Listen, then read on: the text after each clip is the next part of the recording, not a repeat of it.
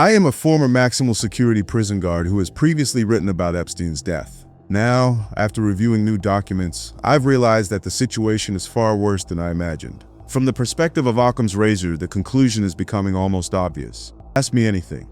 Some of you already know me. I've analyzed Epstein's death twice from the standpoint of someone who worked in a maximum security environment. I've taken a closer look at the published materials and the conclusions of others, and I've had to revise my earlier assessment. It's more serious than I thought, much more serious. I will now systematically go through both the old and new facts and then show why, from the perspective of Occam's razor, the most logical conclusion is so obvious that, considering everything, it's difficult to still accept the official version.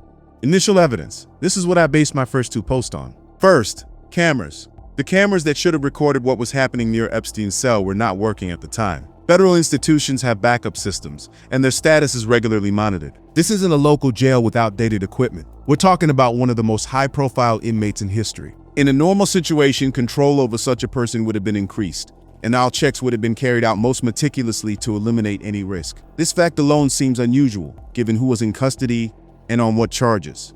Second, staff. According to the official version, 2 officers fell asleep at the same time and then falsified official reports. These are federal officers assigned to guard the most high-profile inmate in the country. Given the level of selection, supervision, and responsibility, the very idea that both fell asleep at the exact same moment seems highly dubious. Third, removal from special observation. After a previous incident, Epstein was under observation as being prone to suicide. Removal from such status requires administrative approval.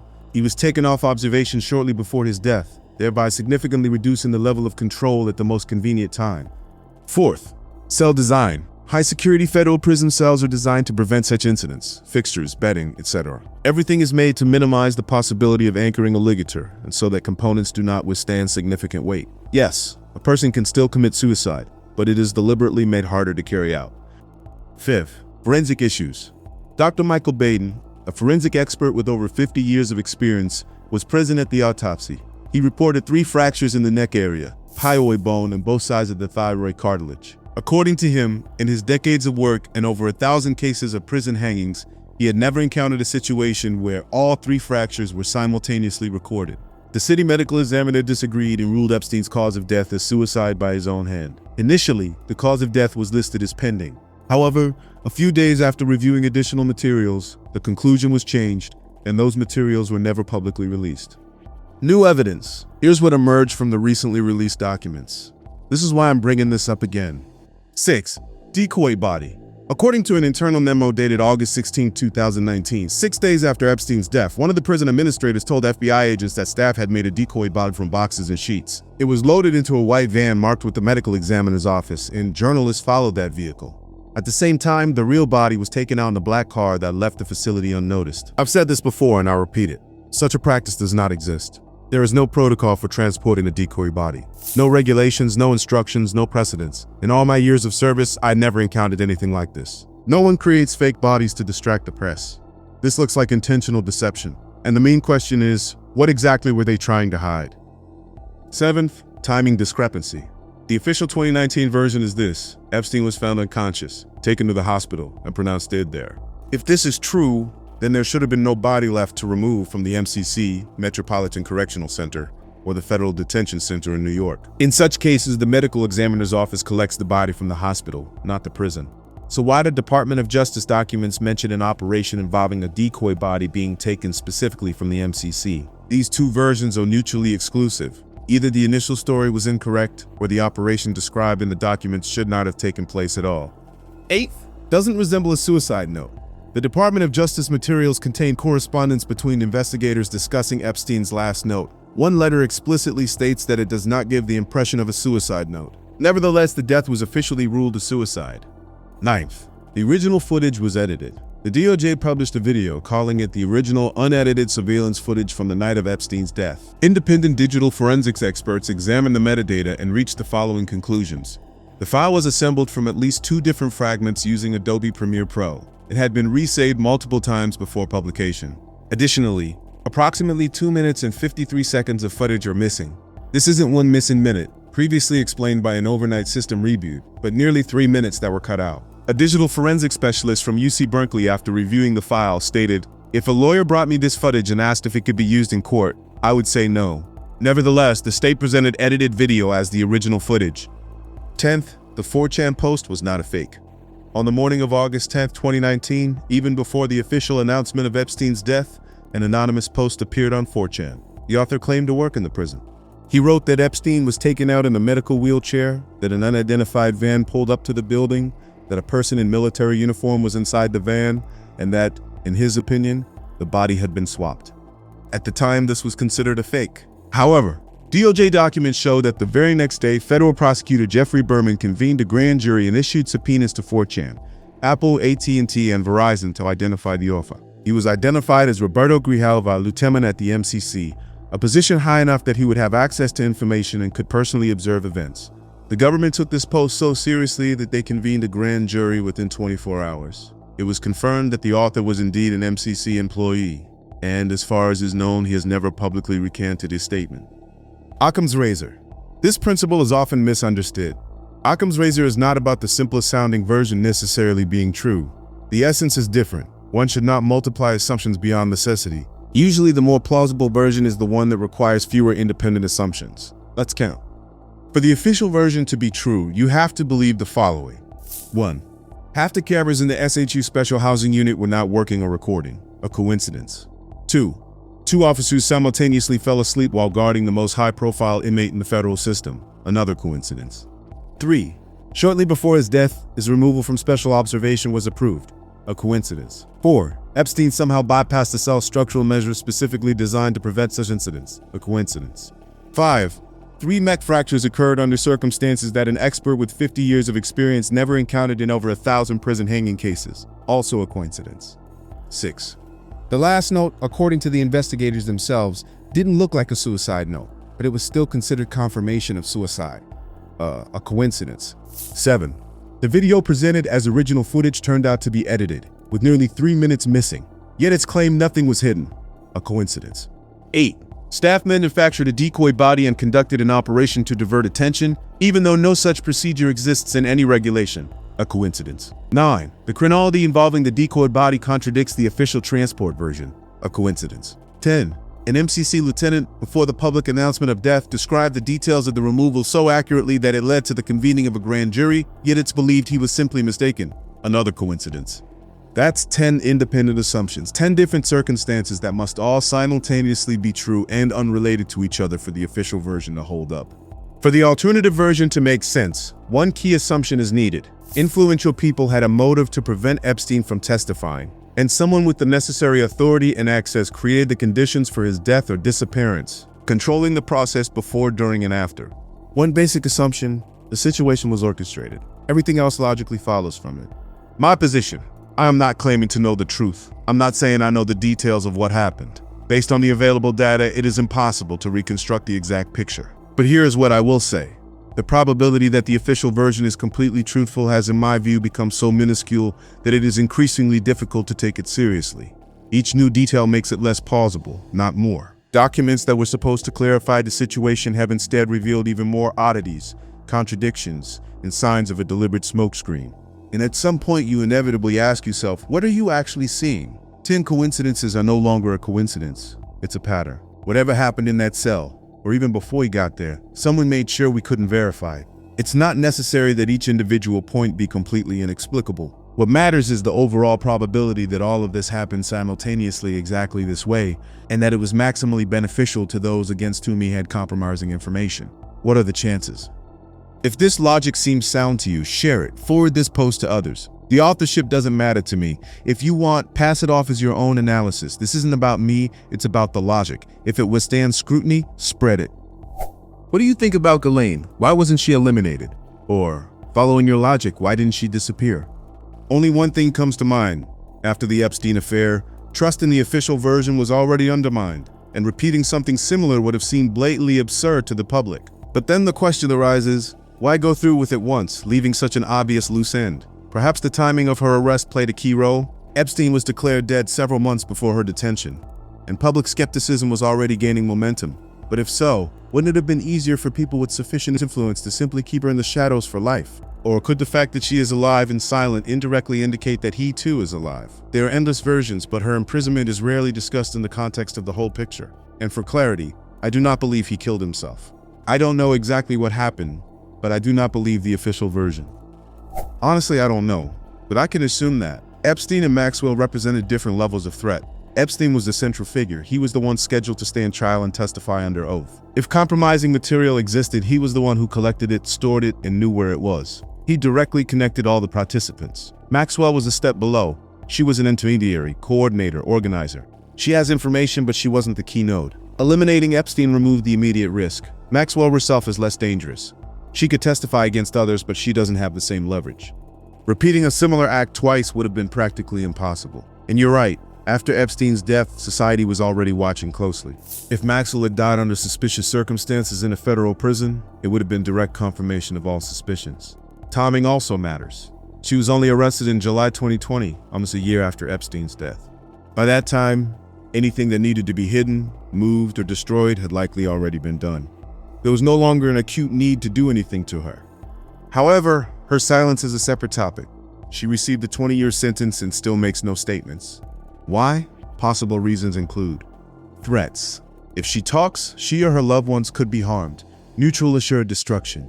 Revealing others would ultimately destroy her as well. A tacit agreement. Serve her time quietly in exchange for certain guarantees. Self-preservation. Perhaps silence is precisely what ensures her safety. That's speculation. But if we assume Epstein is alive, then her silence could be part of some agreement. She doesn't say too much, serves her time, and later receives certain conditions or even the opportunity to disappear. Speaking frankly, I don't know why Maxwell is alive in prison, but the simplest explanation in my view is that Epstein was an immediate threat that they rushed to deal with. By the time of her arrest, the situation had changed. Eliminating her would have been riskier than leaving her incarcerated. As someone from the system, let me say this. This whole chain of errors in that unit resembles organized cover-up more than simple negligence. Yes. All the failures happened simultaneously and in the same direction, and ultimately it benefited those who were most at risk, people with serious influence. If this doesn't at least make you think, it means you simply don't want to see the obvious. I have a question.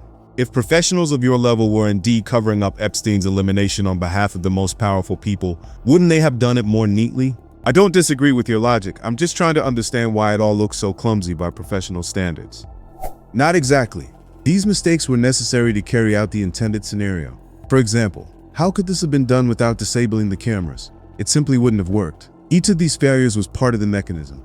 The point is that orchestrating a death or escape in a federal facility that housed El Chapo was extremely difficult. And it looks sloppy because the prison system itself, under normal conditions, is indeed quite reliable. Given your experience, which protocol violation in the Epstein case do you find the least explainable within standard federal practice? The disabling of the cameras and his removal from special observation.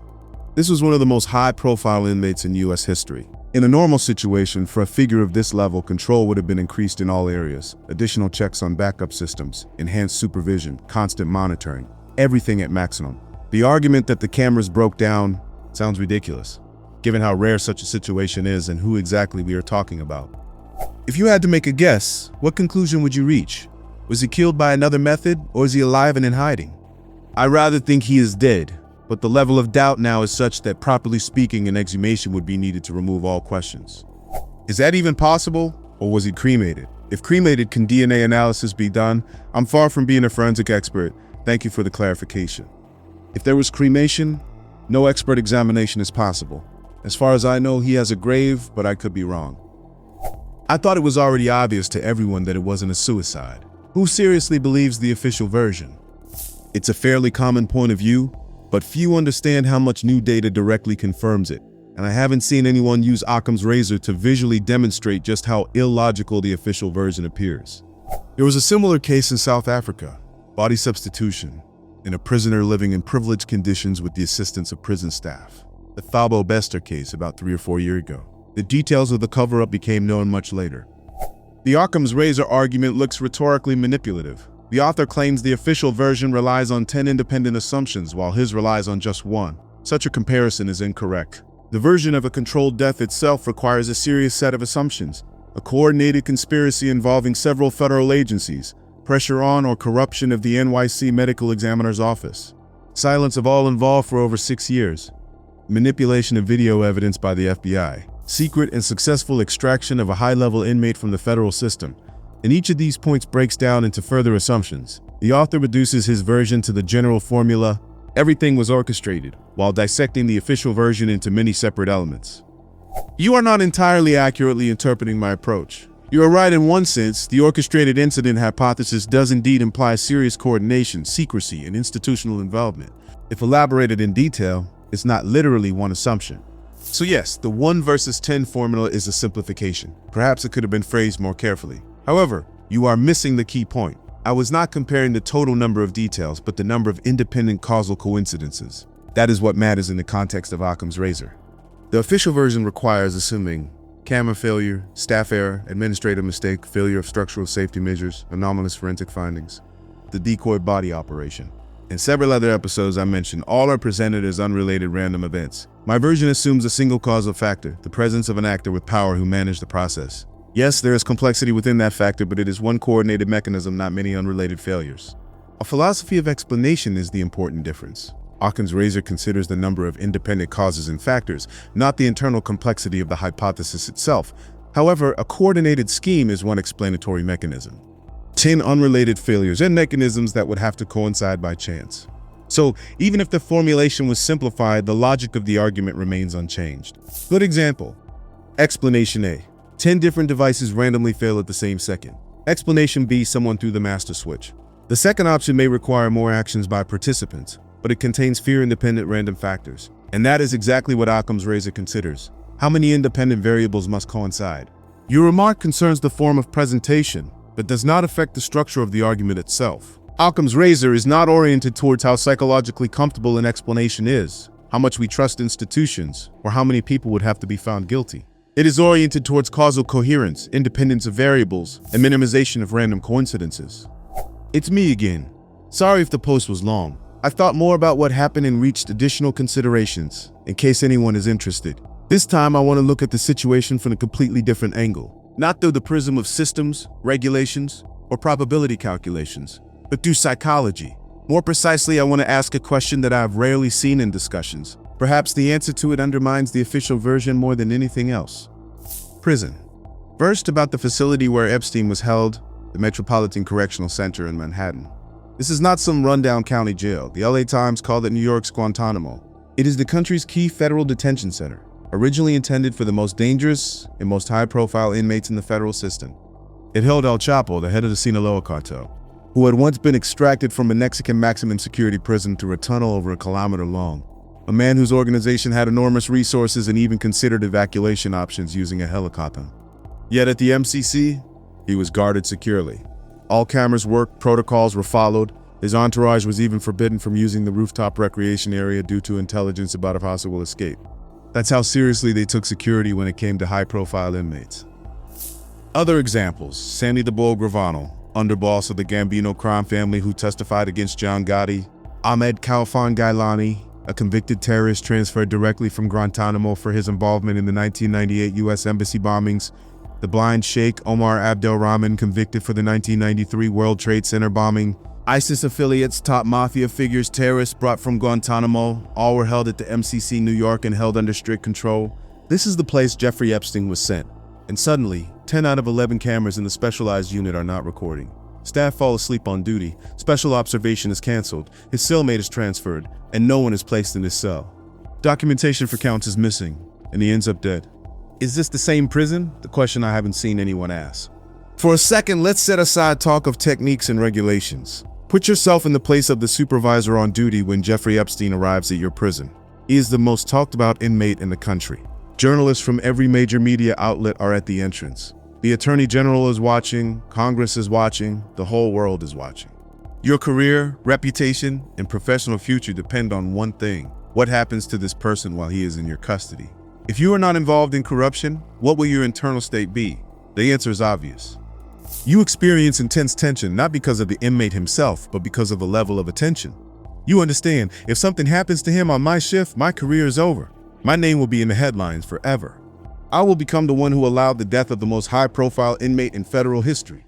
I will be investigated, fired, possibly prosecuted. So what do you do in such a situation? You personally check the camera's operation, walk the unit yourself, ensure the monitoring regime is flawless. You assign the most reliable officers to the posts.